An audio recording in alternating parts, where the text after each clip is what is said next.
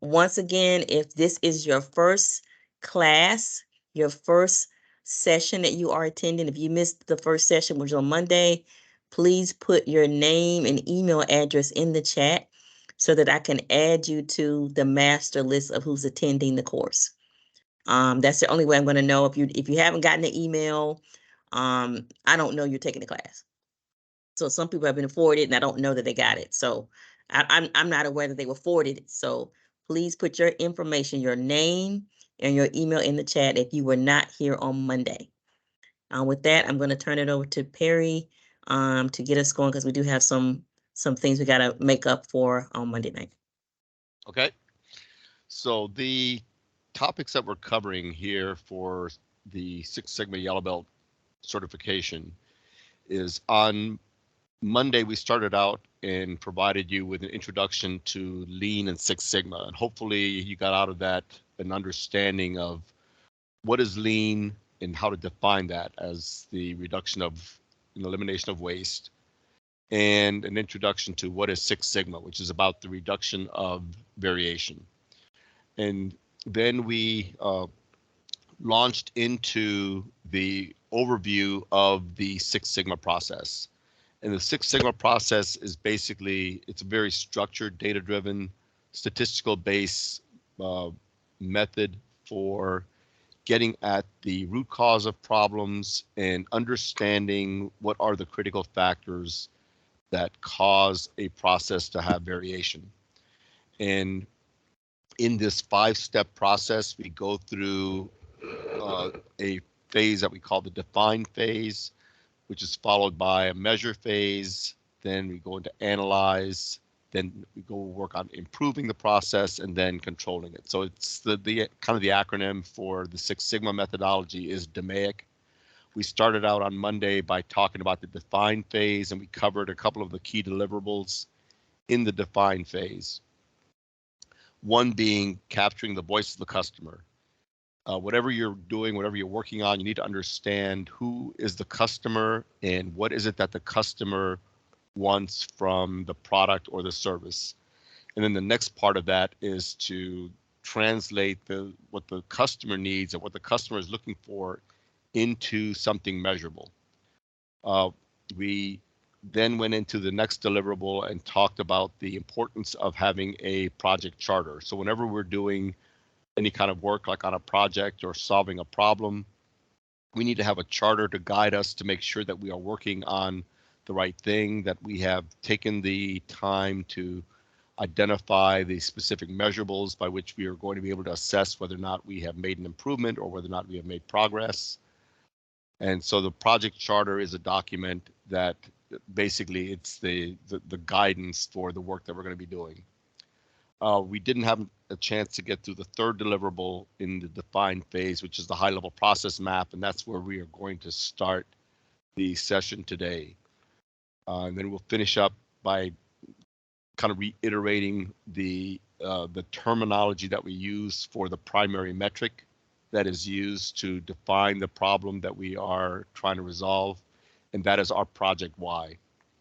We'll continue on today with covering the measure phase.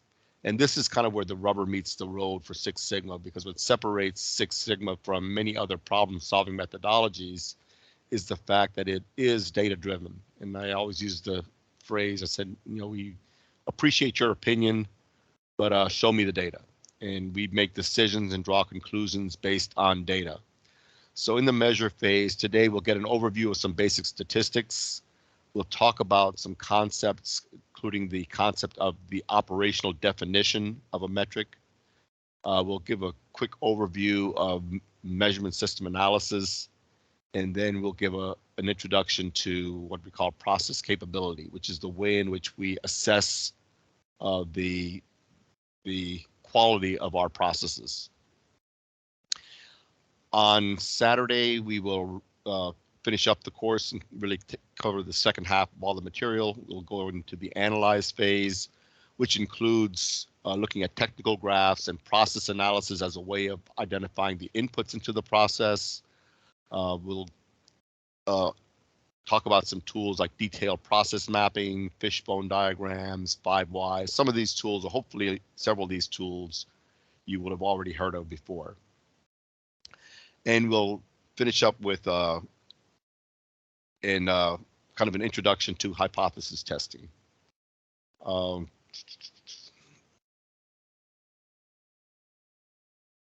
We will then go into the improve phase, and I will introduce the topic of design of experiments. And then we will finish up with the control phase, and you'll get an introduction to control charts. We'll summarize and wrap up the course. As we mentioned on Monday, prerequisites for this class in terms of getting your certification is that you participate in the training, all 3 sessions, that you pass an exam, which you will be given when at the conclusion of the class on Saturday, and you will be asked and required to fill out a survey providing feedback on this course. Are there any questions or comments about stuff that we covered on Monday?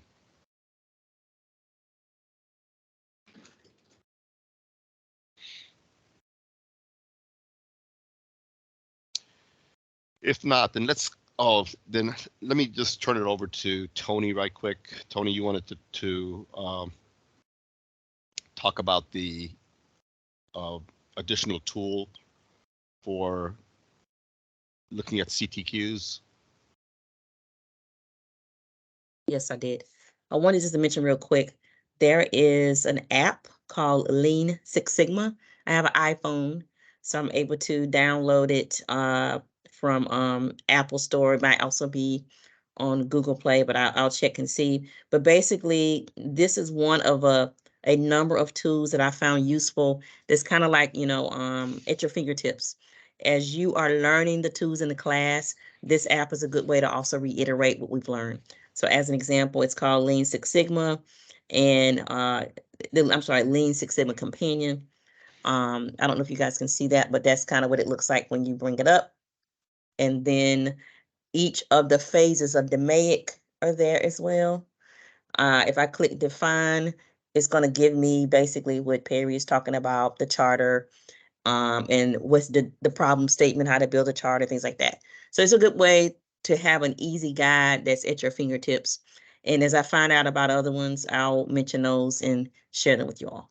So just wanted to bring that to your attention as you are taking all of this in and trying to, sort it out and be able to know when to apply it. So that this app is called Lean Six Sigma Companion.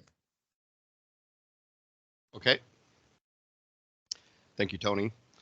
All right, well, let's get into the next part of the define phase of the DMAIC process. And we're going to talk about high-level process mapping.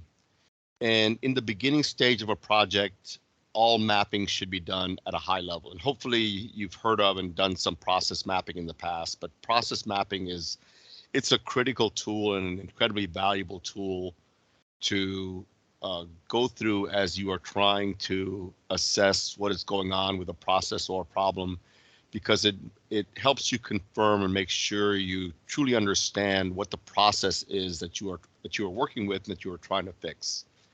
So we talk about at the beginning of the project, we should do a high-level process map. There will be greater detail mapping done in either the measure or the analyze phase. So here we're not trying to do a detailed process map. And so the point of this is, if somebody were to ask you to describe the process that you're working on in 4 to 8 steps, how would you describe that, or what would you say?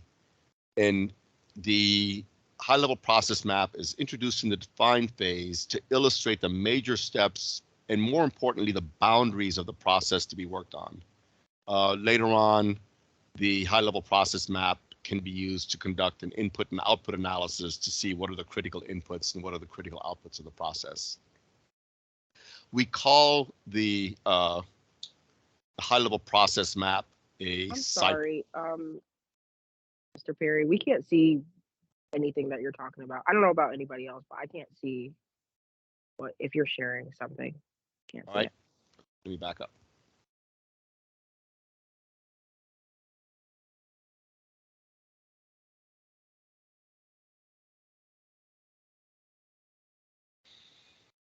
Can you see a screen now? Yes, we can see now. So what I covered here is just summarizing high-level process mapping. And the high-level process map that is used here in Six Sigma is called a SIPOC. Screen here. Okay.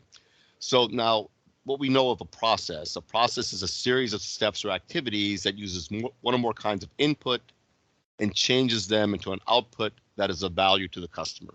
So this is a classic example of a process. You got inputs, you got outputs, and you do a bunch of stuff in the middle to transform the inputs into the desired outputs.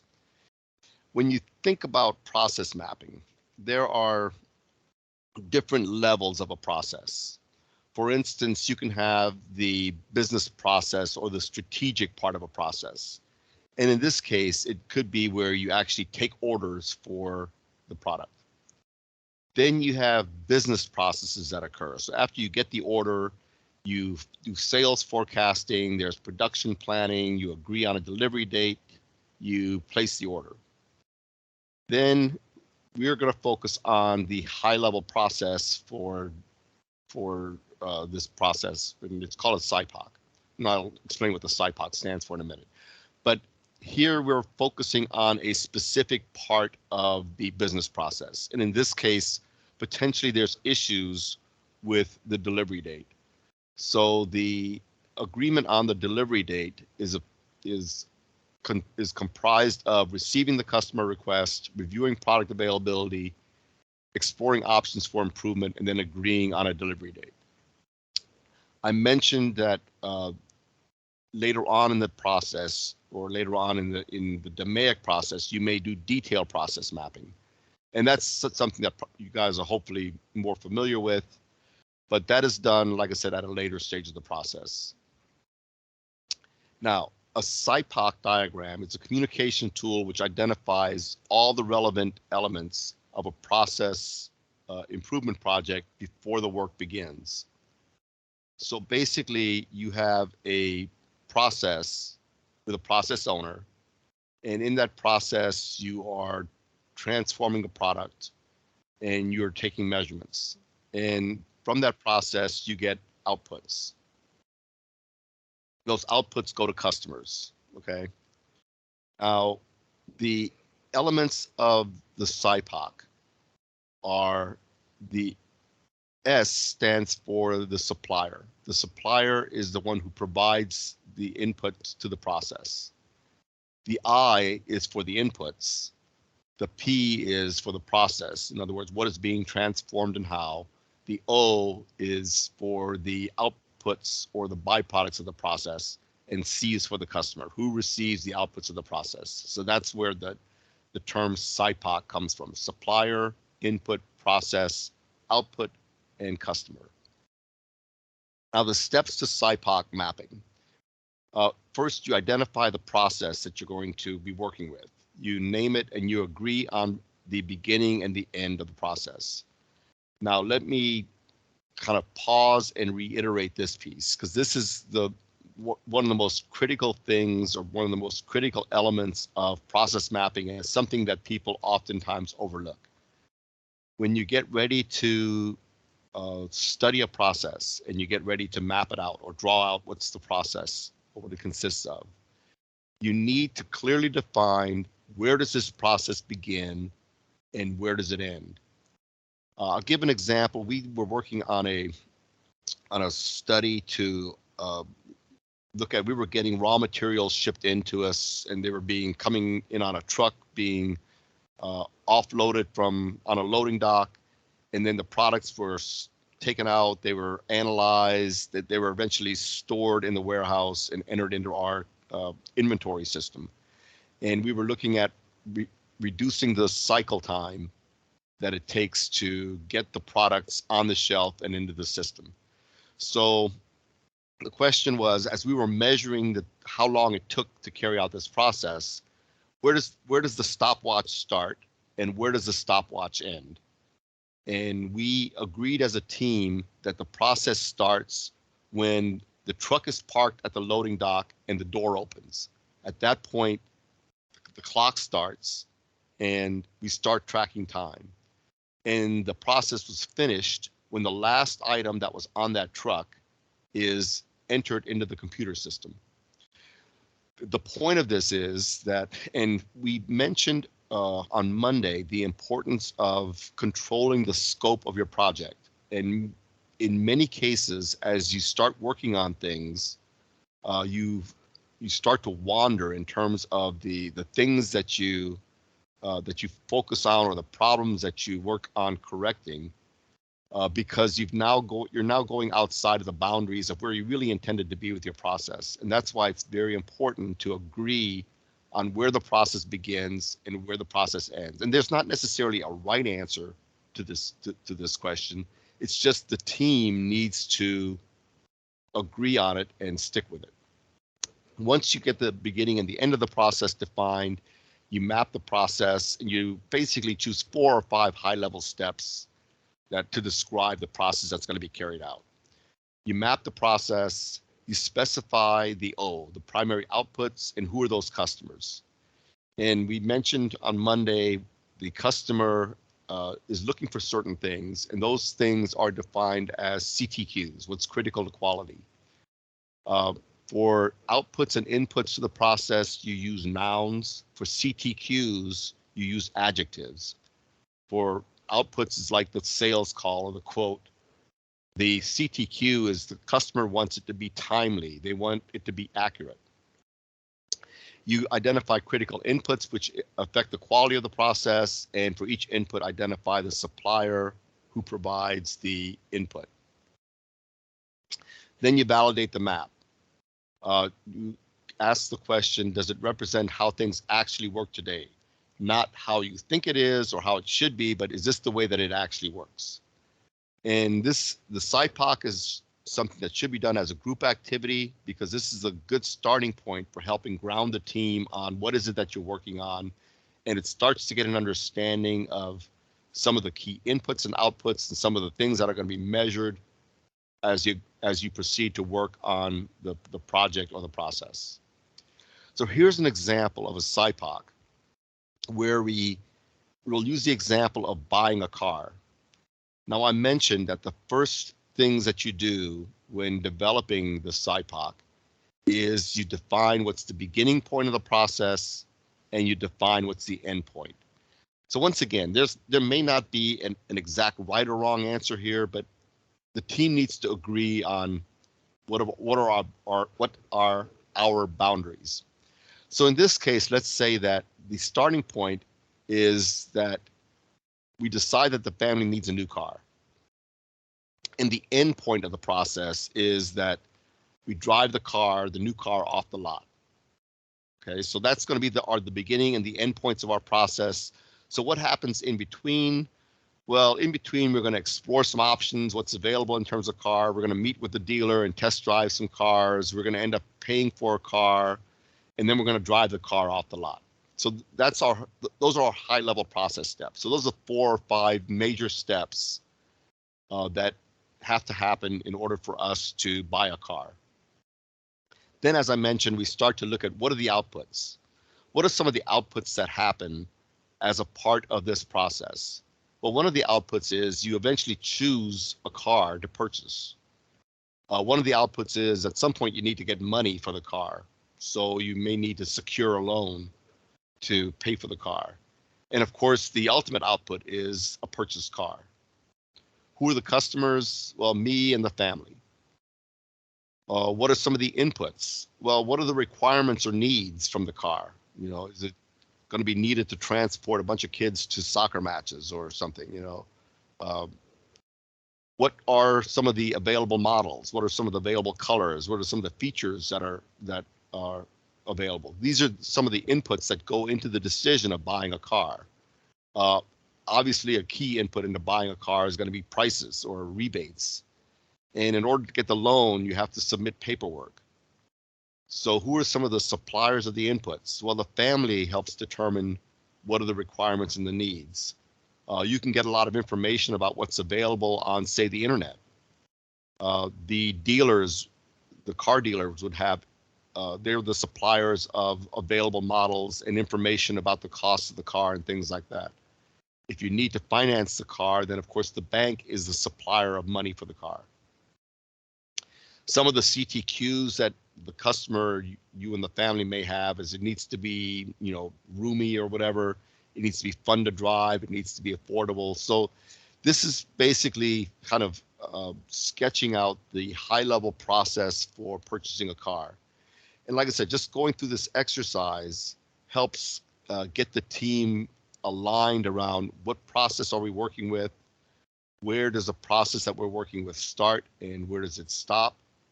And everything outside the starting and stopping point is outside the scope of our project.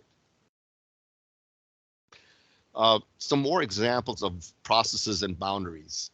So for instance, if you're working on getting a mortgage, then the starting point may be you obtain the application, the end point would be you finalize and you close on the house. If you're emailing a payment, the starting point of the process may be send product or product invoice, the end point may be receive payment. If you're working on a batch chemical process, the starting point that you define may be loading the reactor, the end point would be discharging the batch from the reactor. If you're designing a product, the starting point would be you receive the design requirements, the end point would be send detailed design to the design review team. If the process is getting sales approval, the starting point may be you request a quote from the customer, the end point would be an approved contract. So in other words, whatever process you're working on, take the time and go through the exercise to identify this is where our process is going to start and this is where it's going to end. And I'll make a comment here. Well, let me finish this piece and then we'll I'll come back to the comment, because for the SIPOC, as I mentioned, one of the critical things that the SIPOC does for you is it helps you to define the boundaries of your process, which helps you to define what's in scope and out of scope for your process. So if you recall when we talked about the project charter, this is one of the key elements that needs to be filled in, identifying what's in scope and out of scope, and the SIPOC is a way to help you do that. And so I'll now make my other comment. As you get into as you get further into the DMAIC process, and you may have started out saying that our process starts here, our process ends here, and then you get into the measure phase, which we're going to talk about in a couple of minutes. Once you get into the measure phase and you start collecting data about your process and you start getting some information about how is your process performing today, you may come to some realizations about, we thought we needed to focus on this part of the process, but the initial data that we're looking at actually tells us that we really need to look a little further or a little further back or something like that. And therefore we need to adjust our starting point or our end point for our process. It's okay to do that. If you come to a realization or some learnings about your process after you start taking measurements, then it's okay to go back to and basically revise your SIPOC and revise your starting point and your end point. And then you go back and you revisit your project charter to make sure that the scope that is reflected and written into your project charter matches what you now are saying that the process needs to be. So the point here is it's okay to make changes after the fact. It's important to update the project charter so that it always reflects specifically what it is you're working on, particularly from a scope and a metric and a problem definition standpoint. Final pieces of advice about process mapping.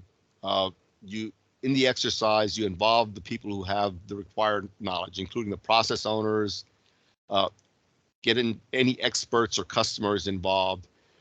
You may recall also on Monday when I talked about critical success factors for project teams, I said one of the critical success factors is managing the size of the team. And I said the ideal team size is maybe 3 to 6 people. And what I was referring to in that size of a team is these are the people who are basically running the project or making strategic decisions around the project or program that you're working on. There will be exercises or there will be times when you're working on the project where you actually need to involve more people.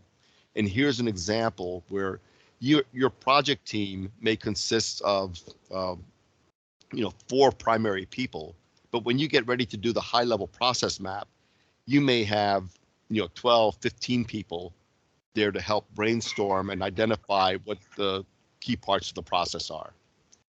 Another key thing in Six Sigma, when doing Six Sigma analysis, you always map the process as is. You do not map out the process that's to be, or I wish it was this process. It's very important that you show the process exactly the way that it's being worked today, because that's the reality that you need to understand so that you can then figure out what is that's going on in your process that's causing variability. There are some other process maps that people develop, and for those people who are somewhat familiar with Lean, you may have heard of doing like a value stream map, where you look at what are the transactions and what is it that happens in a process to get you from your initial product and raw materials to carry out all the value adding steps to then deliver the product to your customers. And the value stream map may include things like piles of inventory and stuff like that. In value stream mapping, you map like a current state, but you also map a future state. There can be some other places where you map out processes the way that they ought to be. But in Six Sigma, process maps are always mapped out of the as-is process. And remember, for the SIPOC, this is just a high-level process map. You'll get to do more detailed process mapping down the road. So after completing the SIPOC, in many cases, the define phase covers these 3 deliverables: what's important to the customer, the CTQs, the project charter, and the high-level process map. I include the project why as part of the define phase. And the project why is simply the metric that defines the problem that you're working on. So we've already kind of talked about in our process, we're going to refer to both X's and Y's, where Y's are outputs. And we said that the Y is a function of X's, where the X's are inputs. So in this case, you'll see we have a SIPOC diagram, and now we're going to focus on the process. But remember, your outputs from your process are your Y measures, and your inputs to the process are your X measures. So we're going to focus on what is the Y for our project. Now, in most cases, all Y's are X's and all X's are Y's. What do we mean by that? Well, if Y is a function of X, and like I said, X's are the various inputs, any particular X can be in itself a Y. And subsequent X's for that Y could be a Y for another process. Like for instance, if you are trying to, if the objective is for the business to meet its profit objective, okay? So what's important for a business to be successful and to make profits? Well, it's going to depend on how much stuff they sell. It's going to depend on the cost of goods sold. It's going to depend on what are your expenses. It's going to depend on how much money do you lose by lawsuits. And it's going to depend on awards given to Greenbelts for projects that save the business a whole bunch of money. But if you look at what does the awards to Greenbelts depend on? Well, awards to Greenbelts are a function of good teaching, good projects, and hard work. Well, what constitutes good teaching? Well, in order to have good teaching for the Greenbelt class, you need to have an instructor who is well prepared, who needs to be knowledgeable, and needs to have a sufficient amount of sleep. So what you'll find is you may start out at a high level output, and as you start to focus in on what my project needs to really work on, you may determine that the actual why for your project is not the big why here, but it could be one of the whys within it's kind of your sub processes. But in any case, our objective here is to identify the specific outputs that relate to your customers' requirements, in other words, their CTQs, and then you will choose which of these outputs you need to work on, or which of these outputs your project will focus on. And remember, your project why translates the customer CTQ into a measurable output from our process.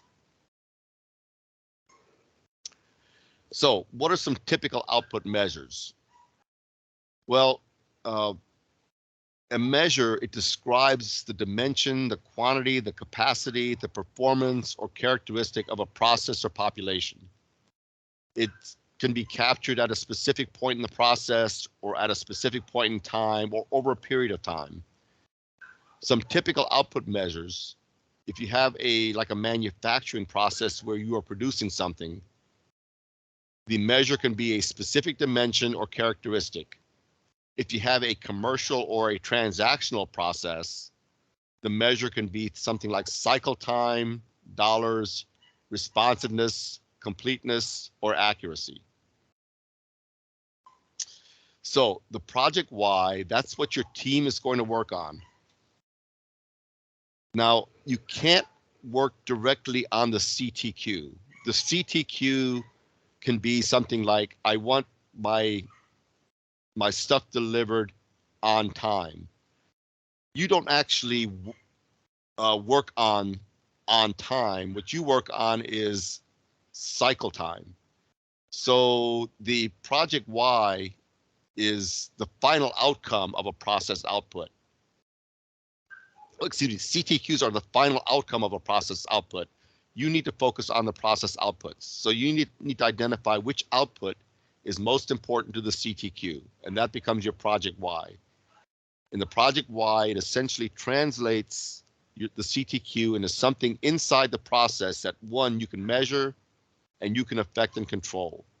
And basically, without a project why, your team cannot proceed, because if you can't measure it, if you can't affect and control it, then you can't know whether or not you are actually addressing the issue or whether you are making progress with what it is that you are trying to do. Now, a CTQ will usually have multiple whys. Like, for instance, if the overall CTQ has to do with some kind of cycle time, then your why could be the cycle time of step 1 or the cycle time of step 2, etc. If what's critical to quality is that the order is complete, then your why could be the number of missing parts per order or the number of missing parts per item. If you're making a box or something and the CTQ is that the box has the right dimensions, then your why could be that it has to be the right height or the right length or the right width. So, like I said, for a particular CTQ, which is kind of a description of what the customer is looking for, you may have multiple outputs that translate into how that description is carried out. For identifying possible whys, always involve the team and its experts. You may consider doing something like a detailed process map, and we'll look at an example of this later on, I think in the analyze phase. That may help you identify what the possible whys are. You can look for steps or immediate outputs that can have a significant impact on the CTQ. One way to get the possible why is by doing a Pareto analysis. I mentioned on Monday that if you've been giving the directive to reduce waste coming off the production line. So you may say, okay, we've got an average of 12% waste coming off of this process.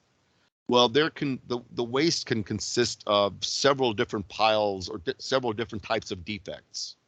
So you may not work on the entire waste pile all at once. You may say that, well, out of the 100 pieces of defective material that we had, this week, 32 of them were this type, and 18 of them were this type, and 9 of them were this type. So you do a Pareto analysis to figure out what was the most common type of defect, and then you choose or you use that Pareto analysis or the results of that to determine which item is going to be your project Y. You want to prioritize and select the project Y. It's got to be measurable. It's got to somehow be able to connect to the CTQ, and it's got to be a direct measure of the processor output. An example here of sometimes where we may get lured into choosing something that we think is the right measure. Sometimes people look at dollars of waste as being the metric that we're trying to fix. But actually, dollars is not something that you measure at the machine. What you can measure at the machine is the pounds of waste that are being produced, because you can just weigh it. So I'll talk a little bit more about why dollars of waste is not necessarily the right way to attack the problem. But you focus on pounds of waste or feet of waste or something measurable. So what's nice to have is that you have a Y that addresses a high defect rate problem, that there's a high cost of failure, there's readily available data on the Y. It's great if you have data that corresponds to the Y that you're working on. And another thing that I'll point out, and we'll talk about this as we get into the measure phase. It's better when we have continuous data rather than discrete data. And I'll describe in the measure phase what the difference is between continuous and discrete data. But if you're given a choice of a Y, it's preferable to have a Y that uses consists of continuous data. You want to ensure that the project scope is manageable. So the choice of Y implies the scope of your project. What are you going to work on? How complex is it? Choose the Y carefully. Avoid scope creep. Six Sigma projects, they should be completed in 3 to 4 months. Black belt projects can be fairly complex, or they usually are fairly complex, and they may take longer. If a project is going to be complex, you may want to consider breaking it down into multiple projects. Do you have enough resources to work on the project? Are you going to need special equipment? Can you get data on the Y? If you need to run tests or utilize the manufacturing equipment to generate data, is it going to impact the process? Are there barriers that are going to interfere with your work? Remember, a typical project has 1, maybe 2 Ys. If you have more than that, consider breaking your project down into several projects. Don't allow yourself to get into a situation where you are working on trying to fix multiple defects with the same project. Questions about the project Y or any other aspect of the define phase?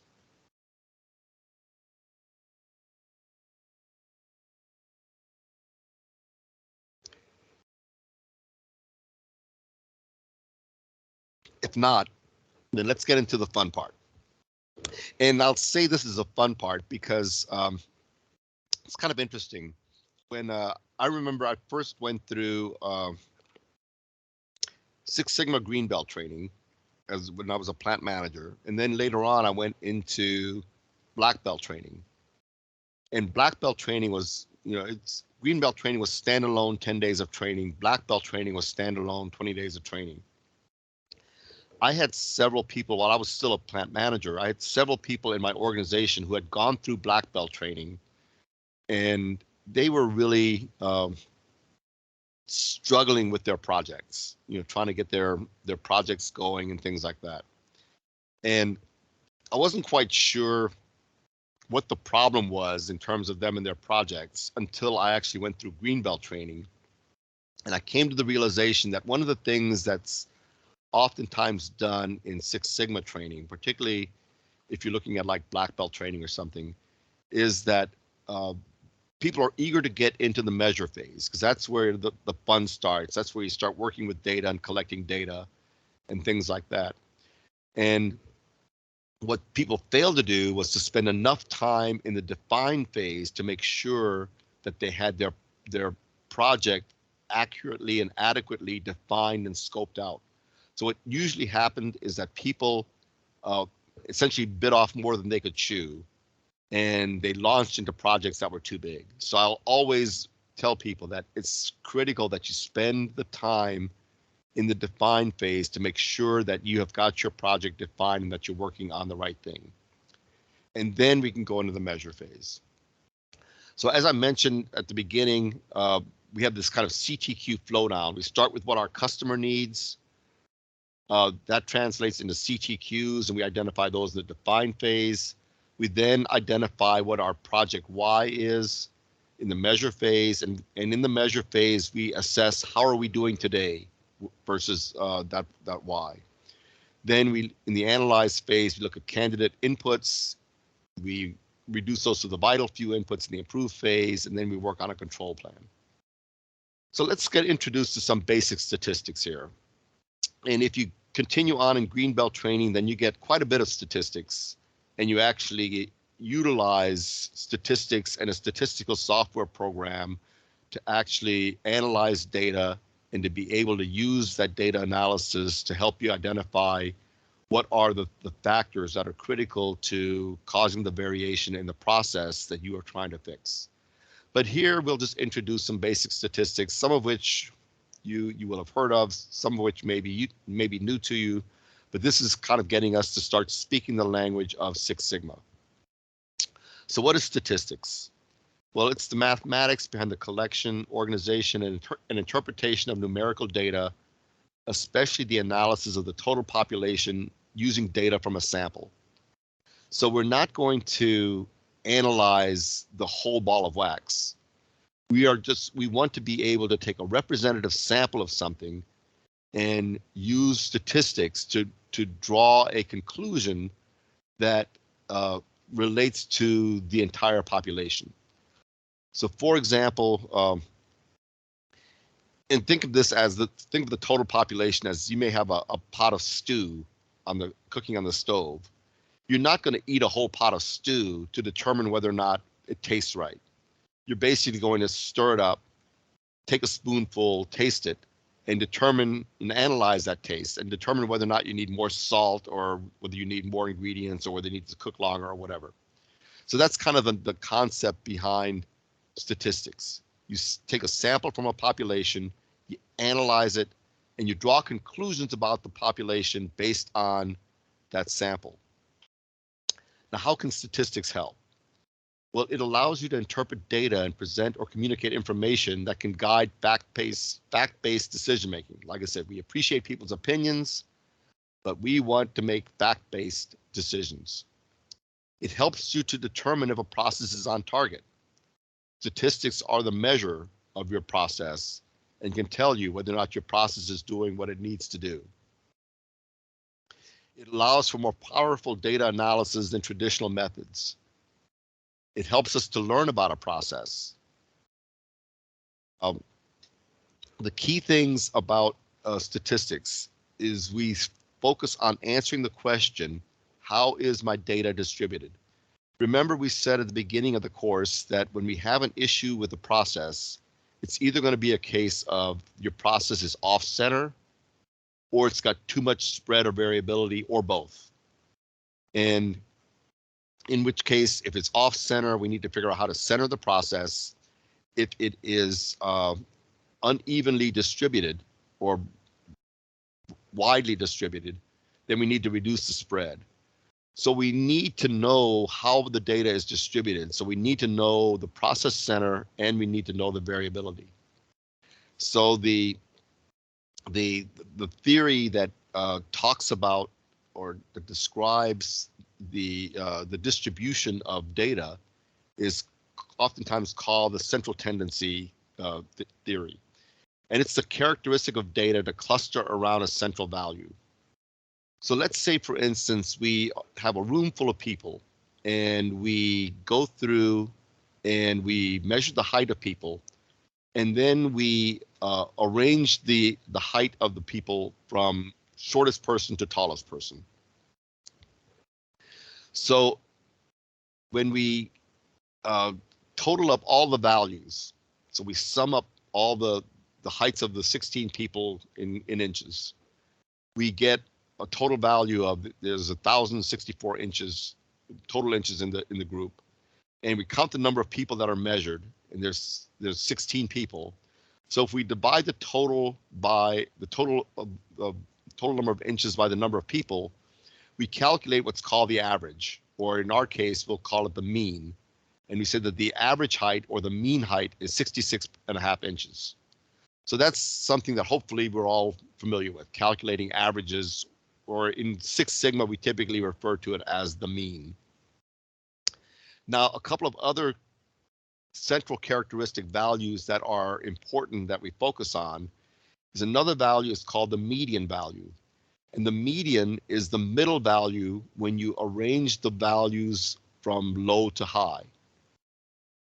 So in this case, we have 16 values. So in the middle, we have a 67 and a 68. So the median would be the average of those two. So the median value is 67.5.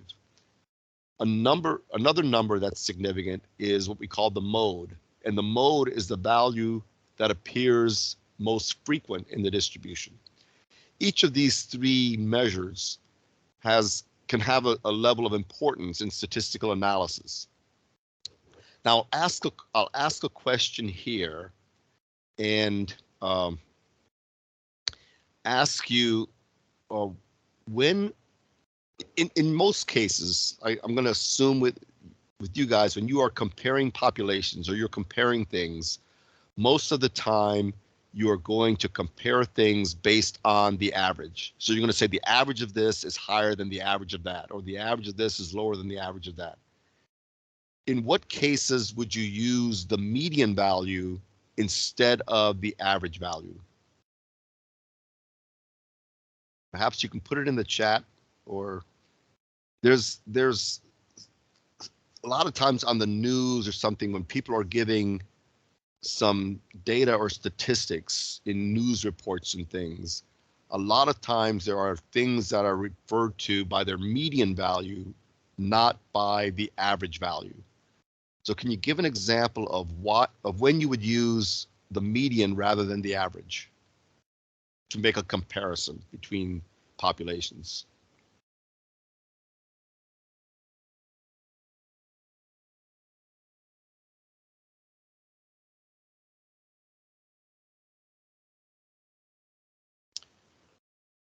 Okay. No one's put anything in the chat. Yeah, If people just want to come off of mute and say it, you can as well. Well, somebody says when data is skewed, when the distribution is skewed, age. Actually, when the data is skewed and when the distribution is skewed are kind of correct answers, but give me an example of, I'm comparing these two things or these two types of populations, and when would I use a median rather than an average? When you hear like economic things on the news, and they compare something today versus last year, or in previous years, what are some of the things that they might be comparing that you would want to use the median for instead of the average? Income. Income. And why would that be?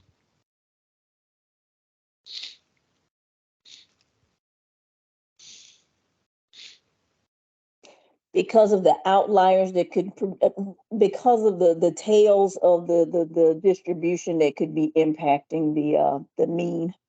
Exactly. So if this group of people on this call, if somebody were to look at our compare the income of this group to the income of another group, and say Bill Gates happens to be in taking this Six Sigma class, what happens to the average income of our group?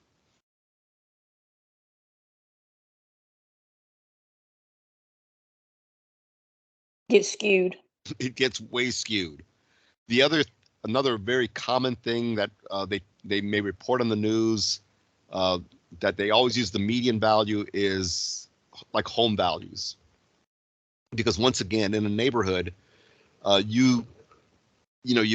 may look like you have an average home value, but somebody's just usually going to build a house that's just bigger than everybody else's, and that house can distort the values of homes in that neighborhood. So in those cases where you have some values that are going to be much higher or much lower than what's typical, you would use the median value rather than the average value. But all three numbers are important, and like I said, they all have a place in statistical analysis. So the mean is the average value. Add up the numbers, divide by how many numbers there are. The mode is the most frequently occurring value, and the median is the middle value when you order them from low to high. You look at the minimum value and the maximum value, and the range is going to be the difference between the largest and the smallest value. So the range is oftentimes significant. And then there's the standard deviation. That's the measure of how spread out the numbers are. Now, so we ask the question, so how is my data distributed?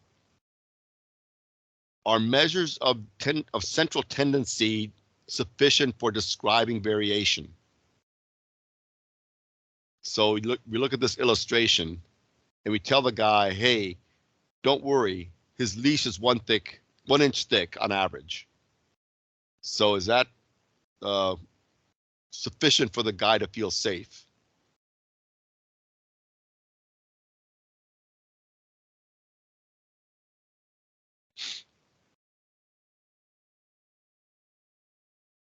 And the answer in this case is no, just because the average thickness of the leash looks to be sufficient.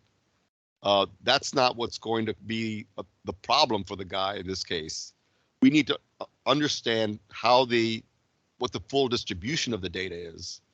Like for instance, if a customer requires delivery of a product within 5 working days or less, and the average delivery time is 3 days, how would you say that the process is performing?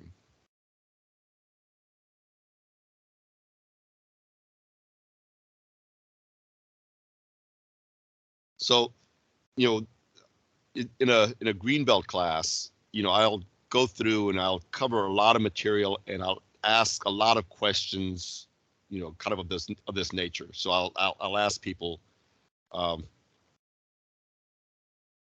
is the process performing? If the customer requires 5 working days or less, and the average delivery time is 3 days. And the answer is always going to be, it depends, because it can depend on a number of factors. In this case, if we look at the distribution, the histogram for the product delivery times, we'll see that, a couple of packages were delivered within a day, 3 were delivered within 2 days, 4 were delivered within 3 days, but there was one package that took 6 days and another package that took 8 days. So you've got 2 very unhappy customers because their package deliveries were fairly late.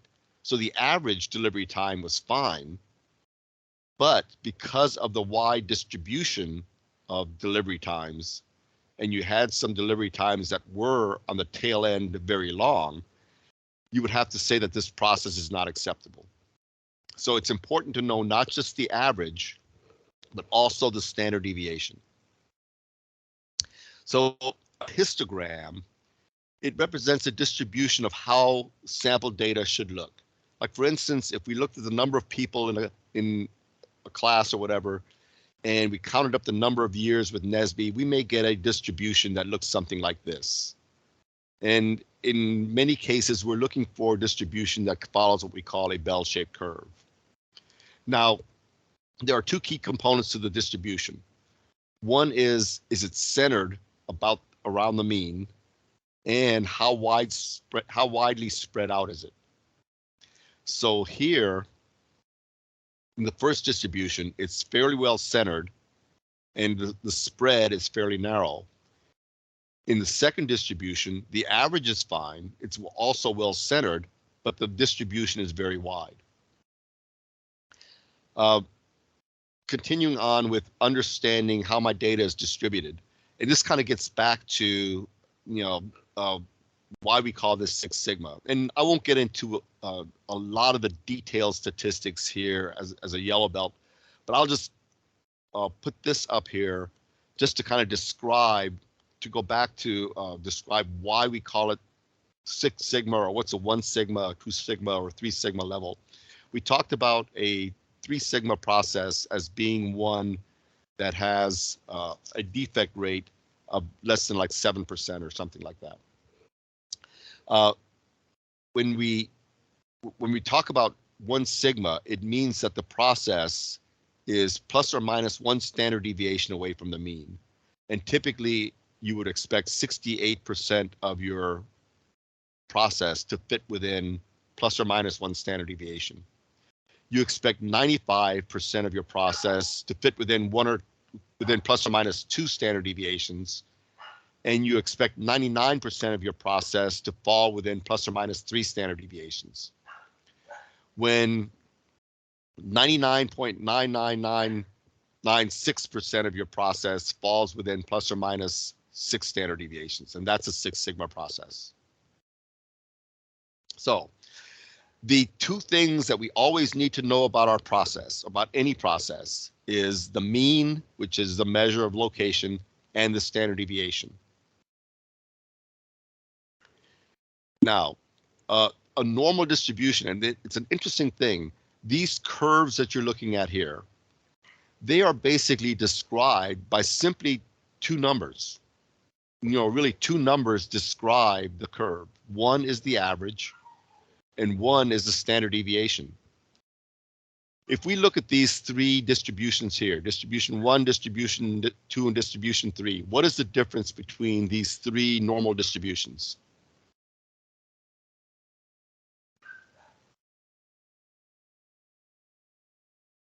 You can put it in the chat, or you can just shout it out. What's the difference between these 3 distributions?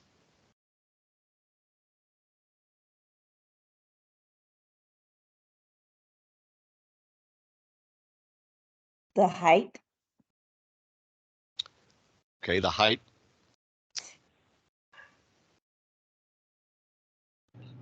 The width of the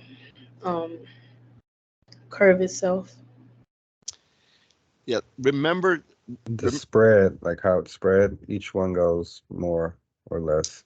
right. So And that's what is the measure of spread? that's the standard deviation. Right. Now, somebody said height. Be careful about that, because remember what the distribution is showing us. The distribution is simply counting up the number of data points that are at this level.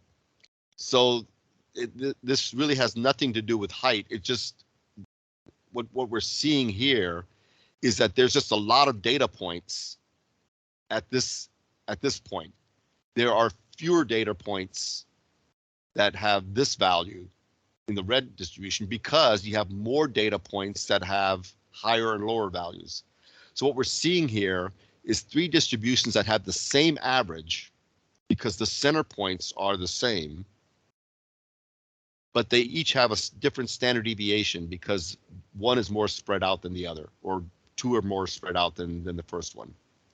So in this case, these processes are all centered properly, but they have different degrees of spread, which means they have different degrees of variation, and that's measured by the standard deviation is different. So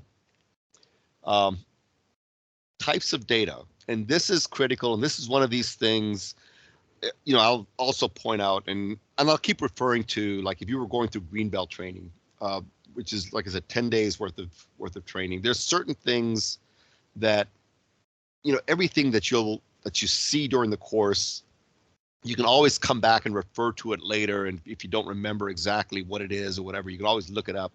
There are a few concepts which you need to understand and which you need to learn and be able to internalize. A couple of the concepts we've talked about already, this whole notion of accuracy versus precision, the mean versus the standard deviation, how important those measures are. Another key thing that you need to understand is to understand the different types of data. And there are two types of data. There are discrete measures, and these are what we also call them attribute data. They're obtained in the collection of qualitative data. Did they pass or fail? Is it good or bad? Are they male or female? And there are continuous data or variable data. And this is obtained in the collection of quantitative data that can be subdivided into smaller increments, such as degrees or width or volume.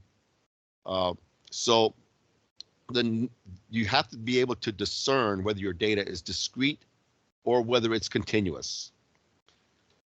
So for continuous measures, they can be broken into finer and finer increments. Like, for example, time can be broken into finer and finer increments. Physical measures such as length, width, and height. You can have, centimeters, millimeters, and micrometers. This is different from a micrometer. Costs can be broken into finer and finer increments. So how finely can you break down time? What's the smallest unit of time that you may have heard of?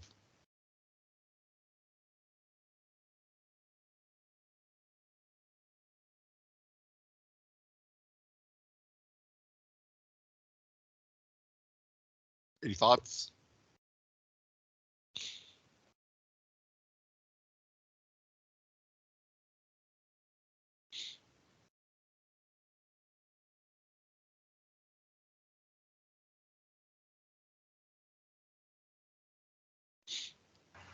I just Googled it and it's zeptoseconds.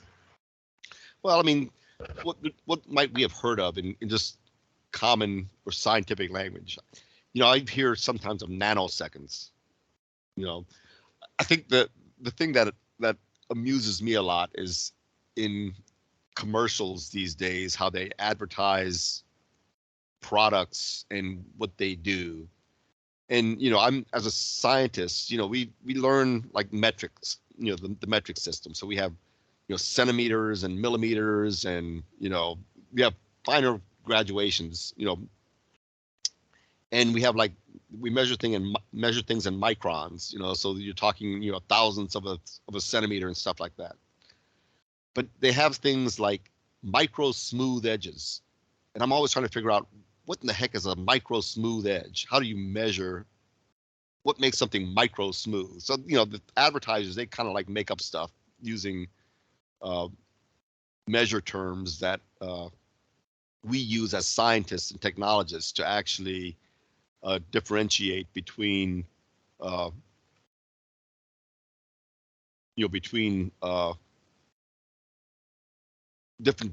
different levels of measurement. You also have discrete measures. Now, these are not on a continuous scale. They often represent categories, or they can represent counts, like number of events, counting the number of defective versus non-defective parts. It can be subjective ratings, good, bad, or ugly, that type of a thing. These can be measured, yes, no measures, categorizations. So you need to understand the difference between continuous measures and discrete measures. Some of the variables that we measure using continuous variables: viscosity, pH, concentration, percent impurity, downtime, dollars, particle size. Discrete can be go, no-go inspection data. Is it clear or cloudy? Is it on time or is it late? Or number of defects, number of errors, number of specks that you count in a sample. These can be discrete measures. We're going to go through an exercise here. So I want everybody to get engaged in the chat room here. And we're going to go through and we're going to look at some examples of measures. And what I want us to do is to go through and identify, is this a discrete measure or a continuous measure? And if it's a continuous measure, what are some of the units of measure? Or if it's a discrete measure, what are the units of measure? So for instance, time of day. Is time of day considered discrete or continuous?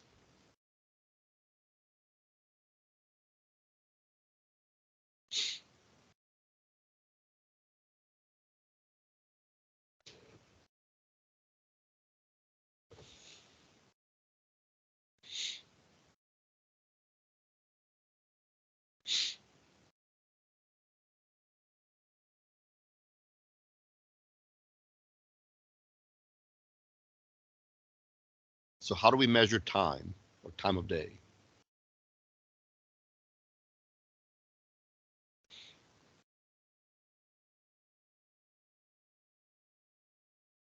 Guess time of day would be like morning, noon, evening. Okay, Night. is that continuous or discrete? If I understand it right, I would say discrete. Okay. Somebody else says you can measure time in terms as a continuous variable in terms of hours, seconds, minutes, right? So what we see here is that time could be both, either can be measured as a continuous variable, hours, seconds, minutes, or as a discrete variable. I'd like to choose my favorite measures is breakfast time, lunchtime, dinner time, right? Or AM or PM, right? Morning, noon, and night can be discrete measures. What about delivery time? What is it, a continuous measure or a discrete measure?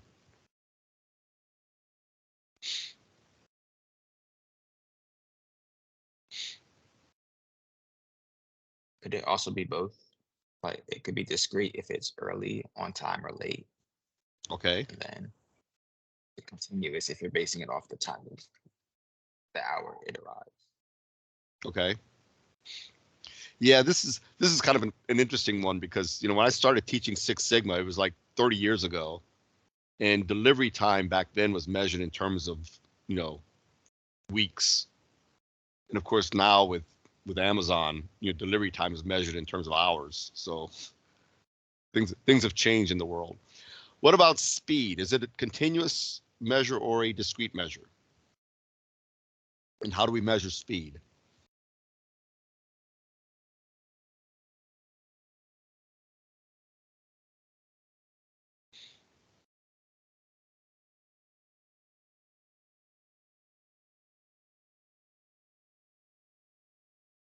So what's a common measure for speed?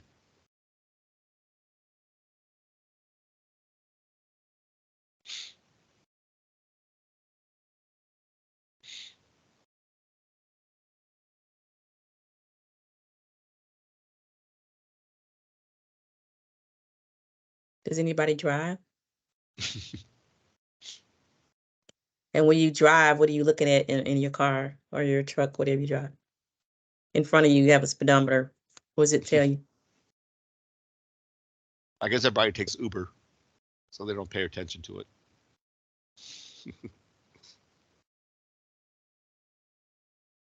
Also, the It would people tell you. is putting on the chat. I don't know if you guys Okay. can read Yep. it, but yeah, Yep. everybody's Okay. saying. So, right. Okay. Miles per hour, kilometers per hour, and as a discrete variable, it's what?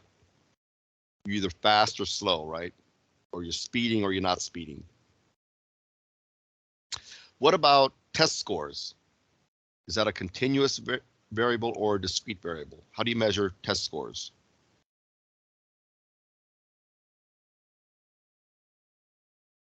I would say that is this correct because the test score can vary a lot from good and bad or acceptable or from one to 100 or 1 to 10. So pass or fail is hard to. That's Okay. one I think is discrete. So, okay. So let's start out with, so obviously if you're saying it's pass fail, that's discrete, right? Yes. You said something about if it scores 1 to 100. What is that? Is that discrete? Continuous. Okay, because it's a percentage correct. So that can Yeah. be anything. So test scores can fit into a category like A, B, C, D, or F, right? Yeah. Which would be discrete. or it can be pass-fail, or it can be continuous. Here's an interesting one.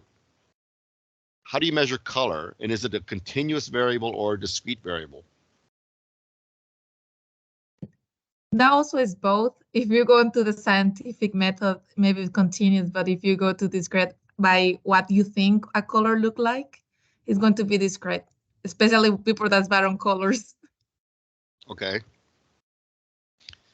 So there are actually continuous measures of color. They may be L scores or B scores or something like that. How about customer satisfaction? Is that a continuous measurement or a discrete measurement? And how do you measure customer satisfaction?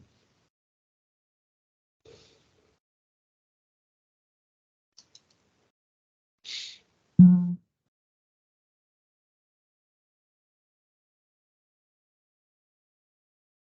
It also will depend if you get a number, like if you have service and you put from 1 to 5 at every one, and that will be maybe continuous depending the method that you using to measure the satisfaction. But it can be discrete if you are just asking questions that you are assuming somebody saying that is happy, or how you feel people is reacting to the satisfaction. Okay. Let's work on the discrete piece. Is fairly common because there is a discrete scale. It's called the Likert scale, which is the 5-point scale. So you're either highly dissatisfied, dissatisfied, neutral, satisfied, or highly satisfied.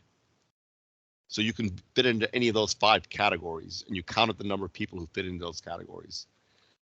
One way to measure customer satisfaction on a continuous basis is the percent of customers that are dissatisfied, for instance, based on survey results.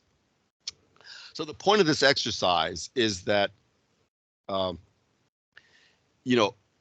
any of these measurements, they can actually be considered as a continuous variable or a discrete variable. And there are, various ways or units that can be used to measure them, or categories by which to measure them, depending on whether or not you're treating it as a continuous or a discrete variable.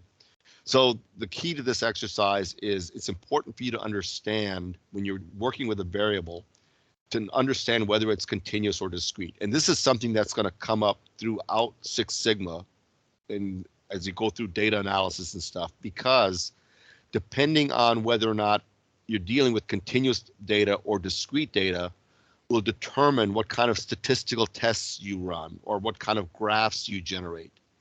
So this is a concept that you have to understand and be able to figure out what kind of data that you're actually dealing with. So it'll be kind of reinforced throughout Six Sigma training. I mentioned, having a preference for continuous or discrete. So the question is, which is better? And the answer, of course, is going to be, it depends. And it depends on the problem. If possible, you want to use continuous data. And I'll point that out. I'll reinforce that on Saturday when we talk about things like the analyze phase and design of experiments and things like that. In some cases, you don't have continuous data and you use discrete data. Continuous data just gives you more flexibility and more the ability to control the process more, because you have a wider range of control with continuous data than you do with discrete data. But like I said, whether you have discrete or continuous data, it does depend on the problem that you're working on. Questions about discrete versus continuous data before we continue?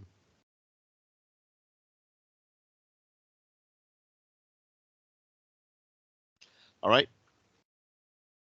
If not, let's go on to the next quick topic here. Quick thing, take a look at this picture and count the number of trucks, and then drop that number into the chat room.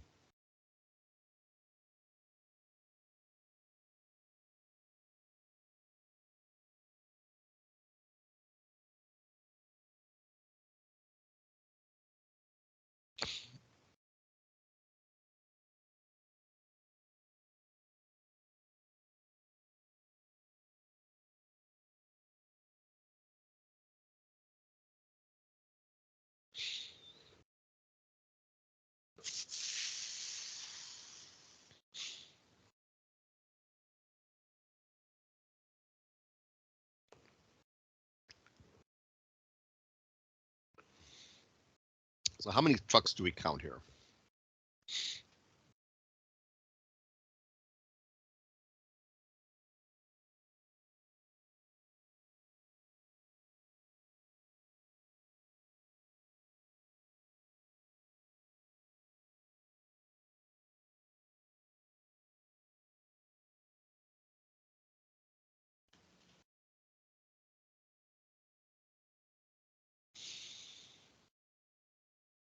So we're getting quite a range of answers, which is interesting because we're all looking at the same picture, but we're coming up with different numbers in terms of how many trucks there are.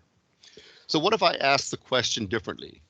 What if I say count the number of trucks, and I say that a truck is any picture of a motorized vehicle whose only purpose is to carry commercial products from one location to another. So now count the number of trucks and let me know what you come up with.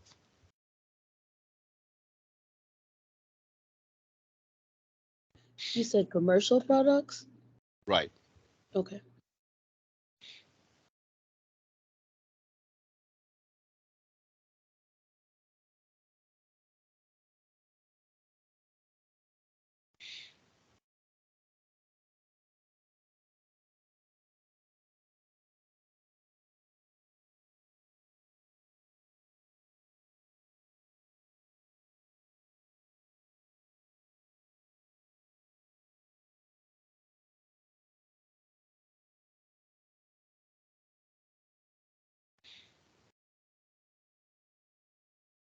So previously we had numbers ranging from I think as low as 10 to as high as 24.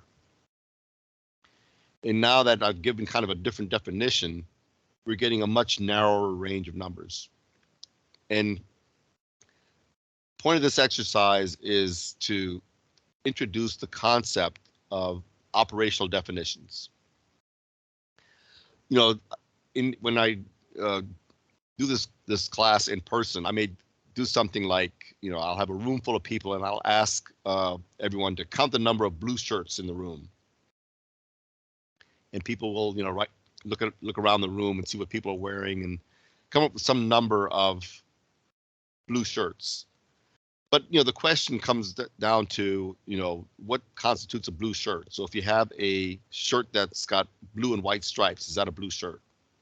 Is like a polo shirt, is that a shirt? Or is that, you know, or are we just talking about button-down shirts? Is a blouse considered a shirt? So the point here is that it's important to have operational definitions of our metrics. And an operational definition is a definition that tells you how to get a value for the characteristic you're trying to measure. It includes what something is and how to measure it. And the purpose is to remove ambiguity so that everybody has a consistent understanding, and it provides a clear way to measure the characteristic. It identifies what to measure, how to measure it, and it makes sure that no matter who does the measuring, the results are consistent. It must have specific and concrete criteria, and it must have a method to measure the criteria. Now, why is this critical? Well, just to give you an example, to go back to the truck exercise, if you needed to collect data on something and you're not there to personally do all the data collection yourself, and you're going to have multiple people gathering and collecting the data for you, and the data may involve people going out and counting something. If people have different ideas as to what it is that they should be counting, then they're going to give you results that can really be all over the map and not necessarily giving you the accurate information that you're looking for. So if you're only looking for them, if they're watching the road or they're watching these pictures and they're only supposed to be counting vehicles that are carrying commercial production, then they shouldn't be including a kid's toy truck as part of the count. So a lot of times we take it for granted when we ask people to collect data for us. You know in your mind, what is it that you want what information you're looking for. You have to make it very clear to the person that is collecting that information for you, what information they're supposed to bring to you, so that you get an accurate assessment of, or that you get an accurate description of what that data is trying to tell you. So having an operational definition of your measurements is very important before you start going out and collecting data. Like another example here, assume that I ask you to write your name in the middle of a piece of paper. So what would that paper look like? So like I said, I come into a room, everyone's got a sheet of paper and a pencil, and I say, write your name in the middle of a piece of paper. So what would the paper look like? Well, perhaps it might look like this, right? Or it could look like this. Or it could look like this. Or it could look like this. Or it could look like this. Or like this. Or it could look like this. And in every class, when I go through this exercise, there's always going to be one person that writes this. So the question is, which one of these is correct? And the answer is they all could be correct, or it depends. Because all I asked was that you write your name in the middle of a piece of paper. So once again, unless I give more specific directions in an operational definition of what it is that I'm looking for, then you could interpret the instruction based on your understanding or your sense of reality of what is it that's being asked for. That's why it's very important for you to be very clear and precise when you give instructions on data and stuff that needs to be collected or metrics that are being discussed or defined. You know, I mentioned on Monday that when people state problems, and this kind of goes back to kind of learning a new language here. People will give you problems statements like we need to improve communication. Well, what do we mean by poor communication? What's the operational definition of poor communication? Can you define communication in such a way that I can measure it so that multiple people can assess a common thing and come up with the same calculation for, or the same assessment of what the level of communication is? So operational definitions are important. The other key thing about going into the measure phase is you need to have an accurate measurement system. So we're going to introduce the topic of measurement system analysis. And this is one of the key things that if you're working on a project and like you're doing a Greenbelt project for certification, this is one of those necessary evils that you have to go through and you have to carry this out. A lot of times it's not fun in the sense that it's kind of like if you go out into your backyard and you pick up a rock that's been out in the backyard for quite a while. You pick up the rock and there's all kinds of insects and stuff running underneath it.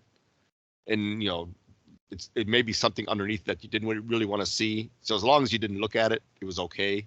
But once you like lift up the rock and you see all the insects and stuff, then you say, ooh, you know, measurement systems can be kind of like that. As long as you just, you know, kind of look at it and pretend that nothing's there and you don't see the problems, then you think you're okay.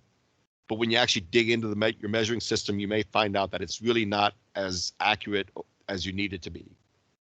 So we'll talk about the concept of measurement system analysis. Now, the MSA is a set of measuring instruments or devices, standards, operations, methods, software, personal environment, and assumptions used to quantify a unit of measurement. So it basically is a system for how do you actually measure stuff. It's the complete process used to obtain measurements, and it's used to check the fragility and measure improvement in the process. Basically, if you can't measure something, then, you know, how do you know whether or not you're making a difference? And the measurement process is part of the decision-making process. So your input the process to be managed, you measure the process, you measure and you analyze it, and then you make a decision based on the output. Well, if the measurements are throwing you off, then the decision that you make on the output is going to be flawed because you based it on bad measurements. So how does MSA help? It helps identify sources of variation in the measurement system. By statistically analyzing the system means knowing the quality of the measurement that it generates. It can be used to assist in the training and qualification of new operators. You train them and teach them how to actually measure something. Remember that bad measurement leads to bad decisions, leads to waste. Let's go through kind of a practical example of the kinds of measures. Say, for instance, you're running like an egg farm, okay? You got a bunch of chickens and they're delivering eggs and you're selling eggs. And you ask the operators to measure an egg with a caliper to make sure that it meets specifications. Because remember, if you go to a grocery store and you get eggs, you know, they have cartons of small eggs and medium eggs and large eggs and extra large eggs. Well, the size of the eggs or what carton they go into is dependent on how the eggs are measured. So if you have 3 operators measuring an egg, there can be multiple ways in which they go about measuring the egg. And in this case, the same egg can give you 3 different measurements, and it all depends on how the measurement is taken. So besides the variation that you get from egg to egg, you can get several different values simply based on how the egg is being measured. So if we add in the dimensional variations of an egg, we can see that you can have an infinite number of values for egg measurements. So that's why it's important to have a measuring system that is consistent and repeatable and standardized, so that when you see numbers for the size of the egg, that you're comparing, I won't say apples to oranges, but you know, that type of a thing. So for variation, and we talked about Six Sigma is all about reducing variation. So what we have is we have variability that comes from the measurement system. We have the variation of the product. In other words, the eggs are going to be a different size to start with. And the problem is that this variation is additive. So you add together the variation from the measurement system and the variation from the product itself. And what you're seeing is a whole lot of variability. So there are important features of a measuring process, and we'll describe these different features that you have to assess when looking at your measuring system. One is called discrimination. We've already talked about accuracy and we've talked about precision. And then we'll also talk about repeatability and reproducibility. So discrimination, that's the ability of the measurement system based on its technology to properly differentiate between repeated measurements of the same item. It's also an idea of how to calibrate the resolution. For example, if we're trying to measure this disc with the first ruler that you're looking at, you would say that, or we would say that this ruler has a weak level of discrimination, which will make it difficult for us to differentiate between discs that are slightly different in size. You won't be able to tell them apart based on this ruler. However, if we use the ruler that's down below, then we are able to differentiate between discs of different sizes if they are closely, they're close in size to each other, because we've got a ruler that's broken down into small enough increments so that we can actually tell the difference between two types of discs or 2 sizes of discs. Here's another example. Suppose I use my bathroom scale and it's accurate to 0.1 kilogram, okay? So let's weigh some things. So say, for instance, you have a German Shepherd dog. Well, a German Shepherd dog weighs somewhere between, say, 29 kilograms and 41 kilograms. So how many categories of weight can you then measure with that scale that we were looking at. If the resolution is 0.1 kilogram, then we can basically differentiate 120 different categories of weights, everything from 29.0 to 29.1 to 29.2, all the way up to 41 kilograms worth of dog. So we can basically weigh a number of German Shepherds and tell the difference of weights between them because we've got a scale that is precise enough to enable us to differentiate between the sizes of dogs. So you've got 120 categories to work with. So discrimination or sensitivity compares the measurement precision to the width of the distribution being measured. The width of the distribution in this case is 29 to 12. Excuse me, 29 to 41, which is 12 kilograms range. What if we were measuring brown rats? Now, in this case, the rat may weigh between 0.4 kilograms and 1 kilogram. So in this case, the scale only provides us 6 different categories of rat measurements. So now we can no longer precisely measure the weight of the rat. Instead, we can only say that the rat is kind of small, or it's almost cute, or it's kind of big, it's big, or it's scary big. That's the best we can do in terms of differentiating between sizes of rats, because the scale is not precise enough to enable us to differentiate between different sizes of rats. What about a hamster? Now the hamster, they weigh between 0.18 kilograms and 0.33 kilograms. So now we're in even worse shape. We can only say it's either a small hamster or a big hamster. And then if we're measuring house mice, we're just out of luck. Not much we can do with using this scale. Basically all mice weigh the same on that scale. So the instrument that you use is critical to what it is that you're trying to measure, because you need to make sure you have a substantial level of discrimination to enable you to differentiate between different levels of measurement. So like, for instance, if you're measuring, if you're at a track meet and you're measuring people running, say, the 100-meter dash or the 400-meter dash, what kind of instrument do you need to use? Well, you need to use a stopwatch, because a stopwatch, it can break time down into fractions of seconds. If you're measuring the time that it takes to run a marathon, well, you don't need a stopwatch. You can just use a wall clock, basically, to time how long it takes to run a marathon. Or if you're timing me in the marathon, you can probably use like a sundial or something like that.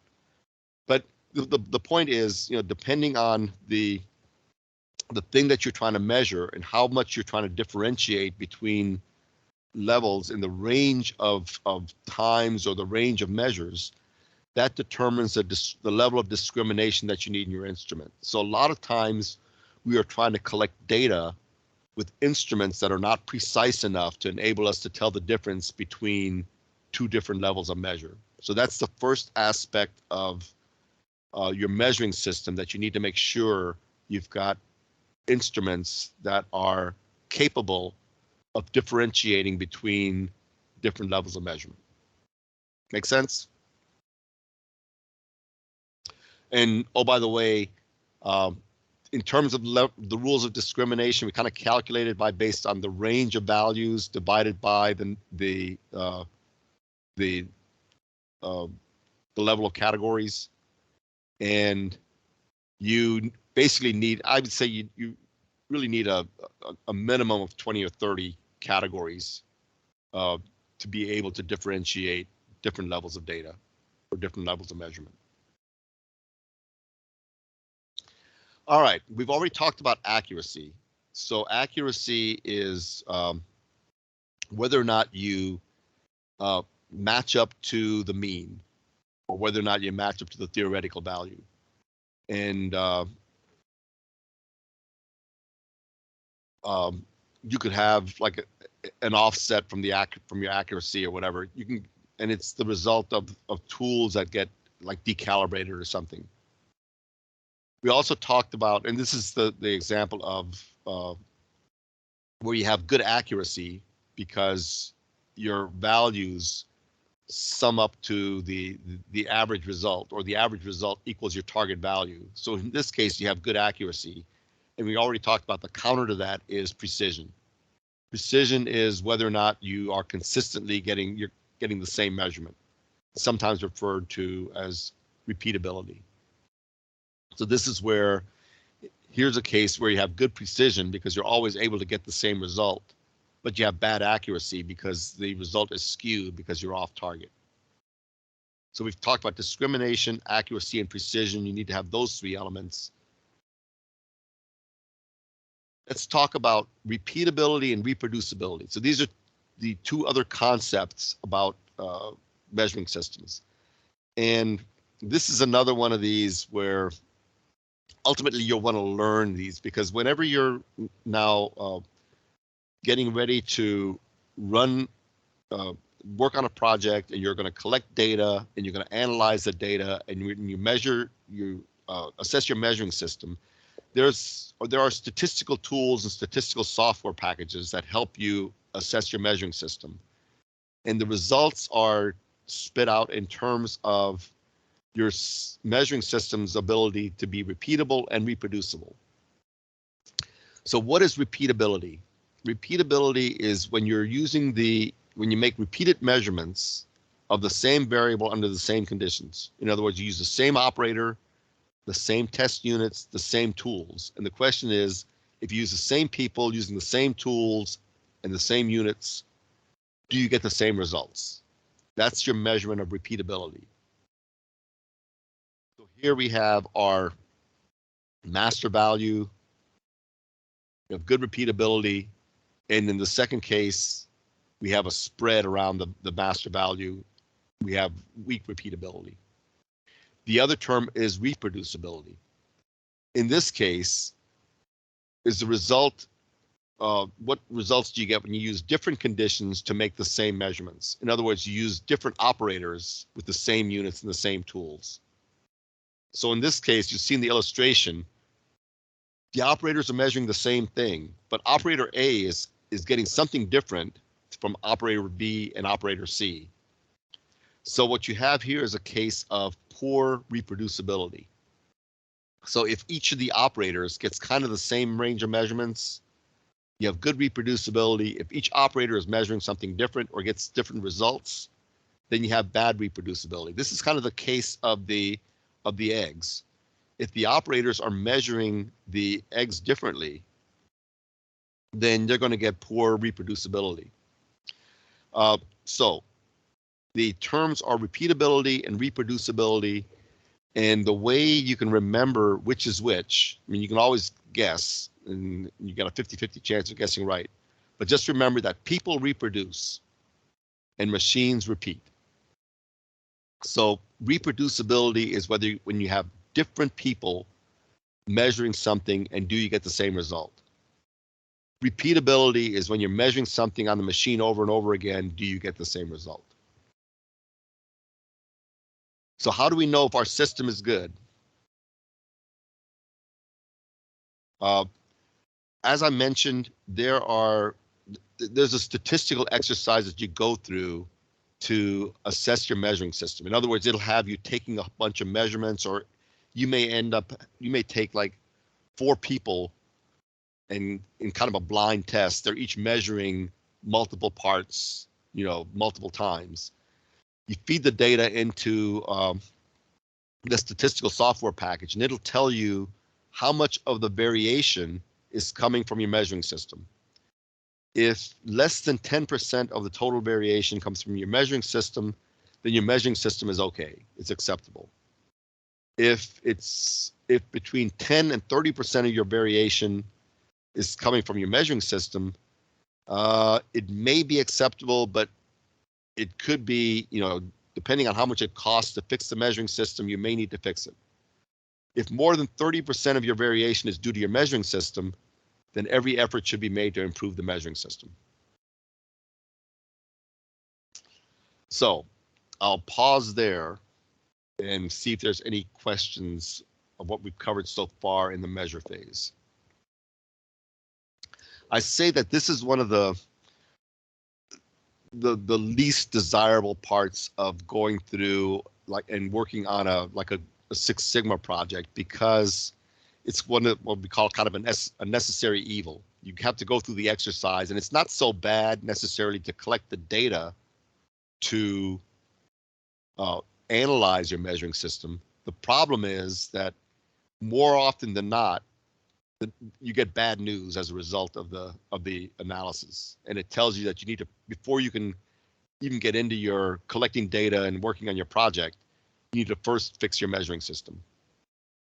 So that's, like I said, that becomes kind of the unattractive part of the project, but it's something you got to do, because otherwise, garbage in gives you garbage out.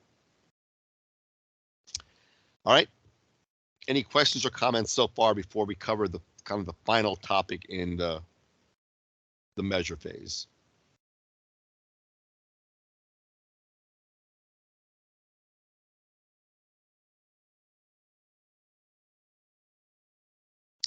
All right.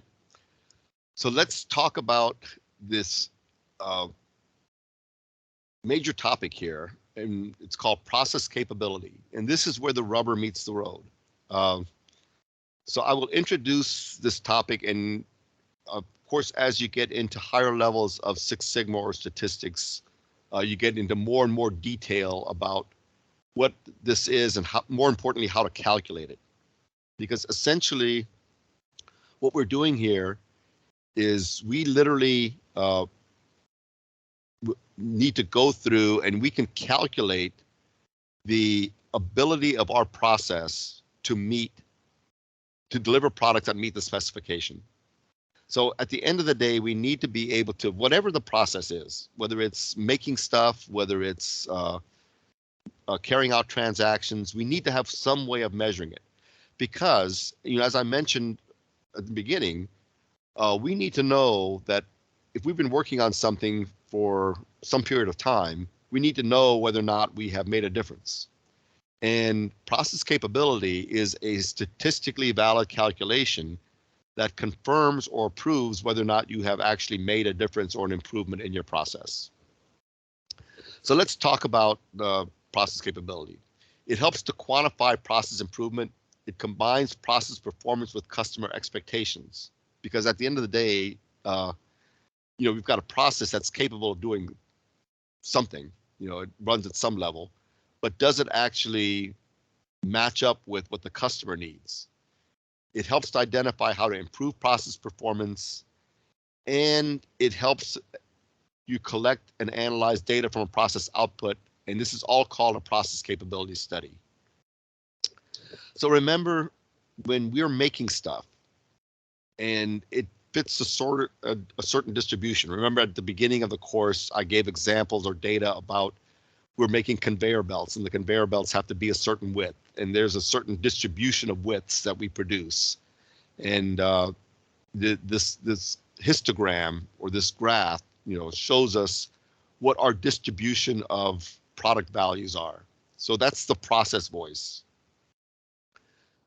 Add to the process voice, the voice of the customer. The customer says, I want a product with this target, but it needs to meet this lower spec limit and this upper spec limit. So it needs to be between the lower spec and the upper spec.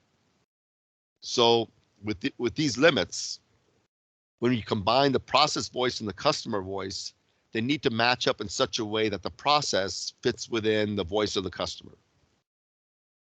And the degree to which the process is able to fit inside the upper and lower specifications is the calculation of process capability. So remember, the specification represents what the customer will accept. Process capability compares the variation of the process to that specification. So if we look at this this previous picture here, remember the red line, the red curve represents the variation in our process, these upper and lower specification lines indicate the specifications that the customer will accept. Process capability uses a metric, also called an index, to describe the ability of the process to meet the specification. Put another way, the process capability metric tells us about the risk of producing results outside the spec limits. So the index tells you what's the likelihood that you're going to make defective products. So let's use a simplified visual example of the concept of process capability. All right. So here we have a car or truck, and in my house, the operational definition of a truck is that any SUV or pickup truck is a truck, okay? But in this case, you see that the truck occupies almost all the parking space. So here, you'll see that because you're taking up the whole parking space, there's a risk of hitting another car door when you're getting out of this vehicle, especially if somebody's parked right next to you, right? That's also a big vehicle. The truck represents the process, and it represents a process with variation that takes up the entire specification range. The parking lines are the customer specifications. So in this case, you're seeing that we've got a process that's fairly capable of fitting in and meeting the customer specifications. It doesn't take much error on our part to be out of spec in terms of parking this vehicle. Now here we have a motorcycle, and it takes up a lot less space. So the risk of parking lot damage is a lot lower. So this is an example of a process that occupies just part of the spec range and can pretty much easily fit inside the customer specifications. Here you see that a customer has, the driver has violated the rules of the parking lot, and they are now parking outside of the spec range, which is like producing parts that are defective.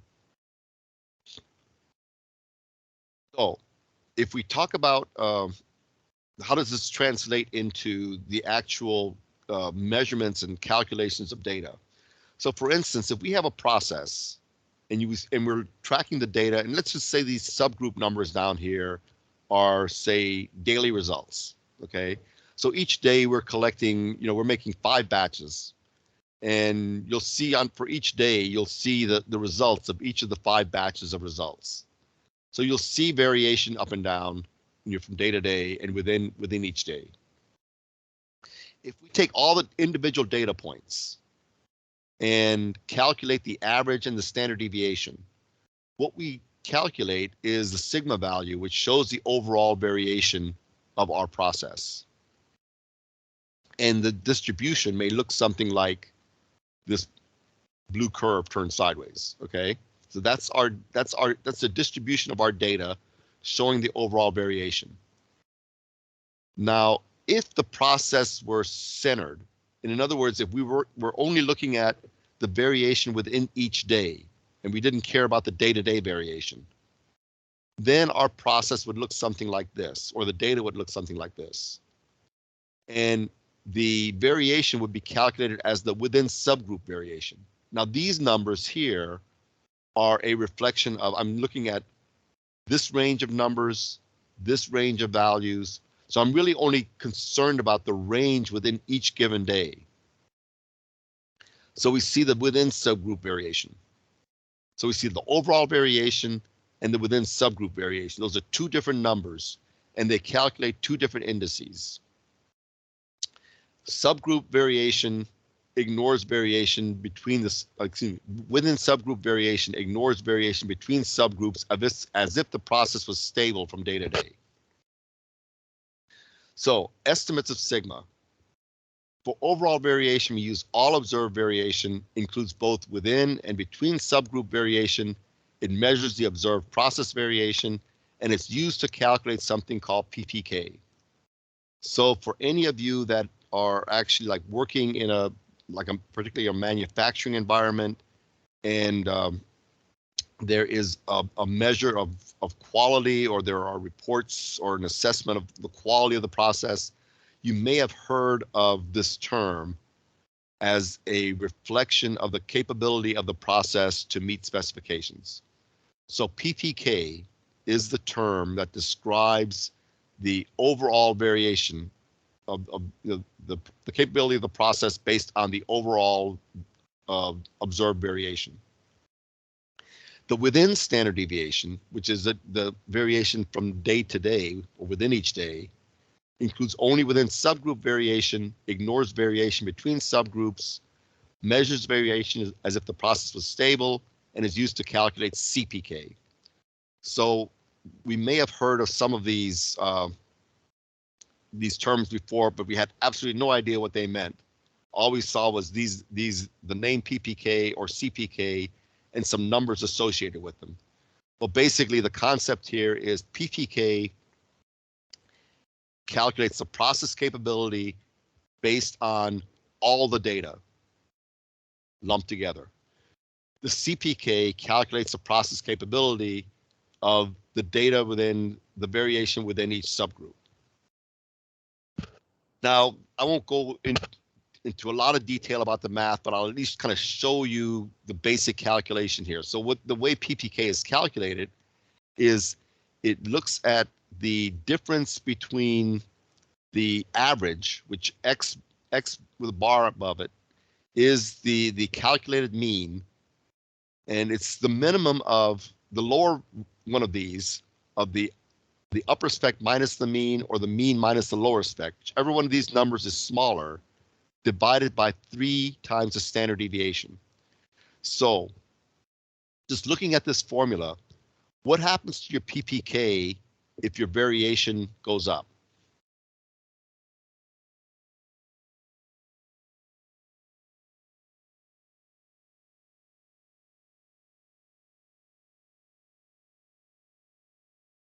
So if the amount of variation increases, what happens to your PPK?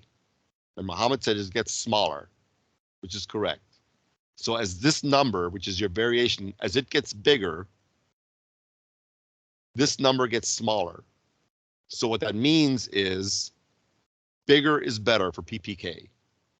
So the higher your PPK, that means the lower your variation, that means the greater your ability to meet the specifications.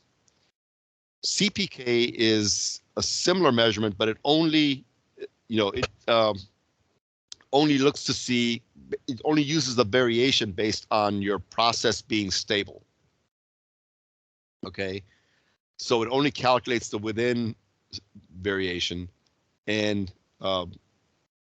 calculates the index accordingly. So we are assessing, when we're calculating the PPK or the CPK, we are assessing the distance to the nearest side of the parking space to half the width of the car. So in the case where the person is parked cockeyed to one side here, it doesn't matter to us that we've got this much room over here. The problem is we've run out of room on this side. So it's looking for what's the worst case scenario, and this is your most likely place where you're going to have defects. And so your PPK is calculated based on the degree to which this tire is over this line.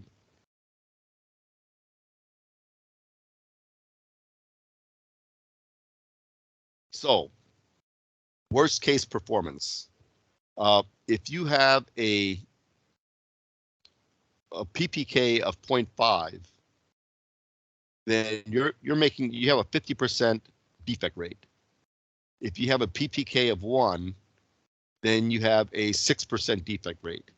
If you have a PPK of 2, that's a Six Sigma process, and you have a defect rate of 0.0003%. PPK greater than 2 represents a very high quality. That's starting to become error-free. CPK is a similar type of an assessment. If you have a CPK of 0, that means that half the stuff you make is defective. So what does that mean if your CPK is negative?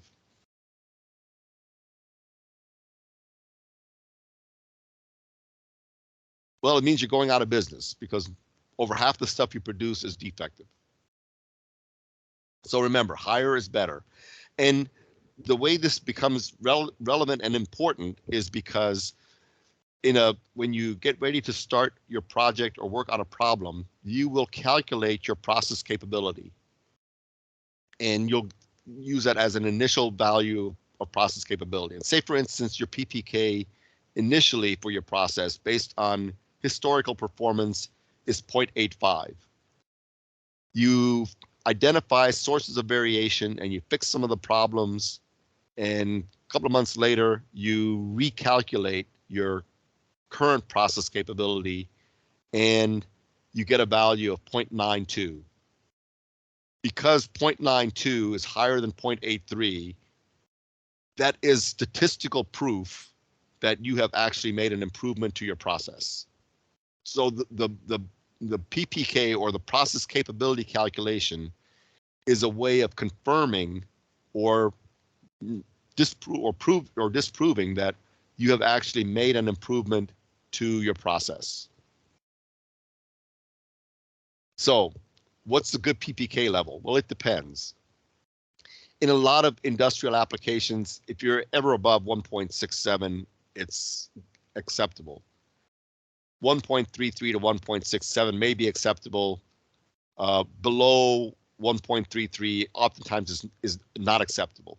But here, what's really important is it's all relative, because you're comparing before and after scenarios, or you can compare two processes to each other and assess their PPK scores, and whichever one is higher is better. This is actually a way of, and I go into this more when we get into the details of calculating process capabilities in an actual project or whatever. This is actually a way to compare apples and oranges, which, process is more, two processes which seem to be very dissimilar. How do you compare them and which one is better? Well, one way to do that is because each process has a process capability value associated with its historic performance. So you can make an assessment and a comparison of two processes that have nothing to do with each other and say this is a better process, in the sense that this process is more likely to be able to make defect-free product versus another process. So this is the big calculation where the rubber meets the road. And when we talk about Six Sigma as being a place where we draw conclusions based on data, this is one of the data calculations that is made that we use for drawing conclusions. Like I said, I won't go into more detail than this. If you go through Greenbelt training, then we actually go through a number of examples, and we use a statistical software package like Minitab that actually calculates PPK, and you are able to use examples and things that show you how this works. And then we can also get more into the theory of behind the calculations, but you don't need to know that here, but just be aware that when you hear the term PPK or CPK or process capability, it refers to the likelihood that your process is able to make product that is not defective. I'll say one more thing, which is also relevant for when you're actually working on a project in like a Greenbelt project. We talked at the beginning when you're putting together your project charter. One of the key elements of a project charter is to put in a goal. What is your goal for improving the process? And many times we choose the goal based on some semi-arbitrary number that sounds good. Like, for instance, if your goal is to reduce waste, then you may say, okay, well, the goal is to reduce waste by 20%. Well, how do we know that 20% is a good number or a realistic number? Well, here's kind of a hint. We talked about we have two ways of looking at process capability. One is looking at your overall variation, and one is looking at your within subgroup variation. a bit of guidance is that your process, if you run your process day in and day out, you may not be able to duplicate your best day every day, because some days you just get lucky and some days are just going to be bad. But you should be able to look at your best couple of weeks of performance and be able to duplicate that week in and week out. And so your CPK reflects what your process should be able to do without you having to do any major re-engineering. By just correcting basic things that are causing variability in your process, you should be able to get your PPK level down to what your CPK level is. So you should be able to make your average process look as good as what you're able to do within a given week. But that's, getting into more details, which becomes relevant if you're actually trying to apply this to a project. But I just wanted to kind of share that with you so that you got to kind of have a concept of what's one of the significant things between looking at your overall variation, which is what your customer sees. Your customer sees all of your garbage, versus your within subgroup variation, which is what you see internally, your in-process variation.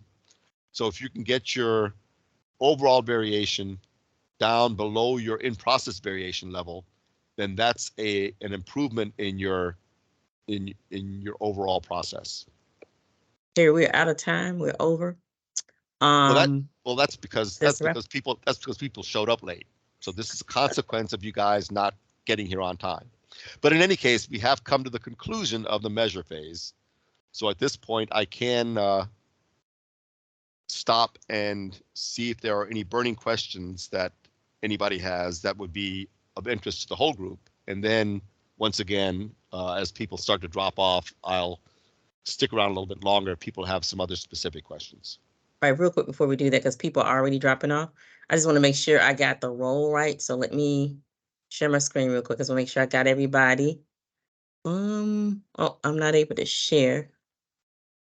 Let's see. Okay. I'm not able to share my screen. So I hope I got the role right. I tried to capture as best I could. So if I got everybody who said tonight was their first night, and hopefully we got everybody. We'll just go with that. Yeah, let me just, I guess we should have. Can you get a list of the screenshot of the participant list or whatever? Maybe when we finish the meeting, I'll be able to get it, but yeah, I can probably go back and check. Just wanted to make sure I had all the right email addresses, because some people have put in different email addresses. So hopefully everybody's getting everything, but this is what I would do. I'll put this link in the chat. This is where the landing page is for the class. So those of you that are here, this is where I would put into the videos. We already have one video from last night. And then also where I will put a file for any additional notes from the class. Okay. Questions, comments, complaints?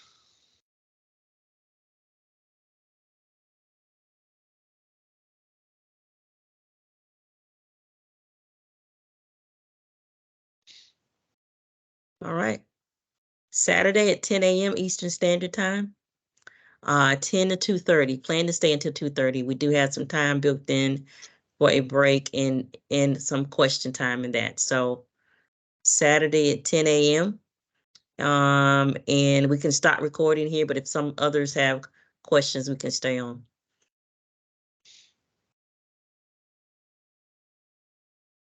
And also note there's a different link. Some people were in the wrong link for tonight. So there is a link that should be your day 3 registration. That's also on the link that I dropped in the Q&A. You can go there if you don't have it. You can go there and go to day 3 and register. And that's how you get the URL for day 3.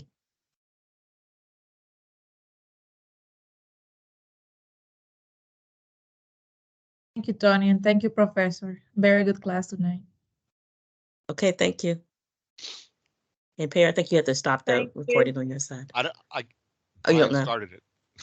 Okay. It'll just stop when we end. Let me see if I can stop it from my phone. Yeah, I don't see a way for us to do it. We don't have that control. So we'll have to make sure we can go back and get that corrected for the meeting notice for Saturday. Yeah, because I was able to do it the other day. I mean, This I one was is able set to- up differently.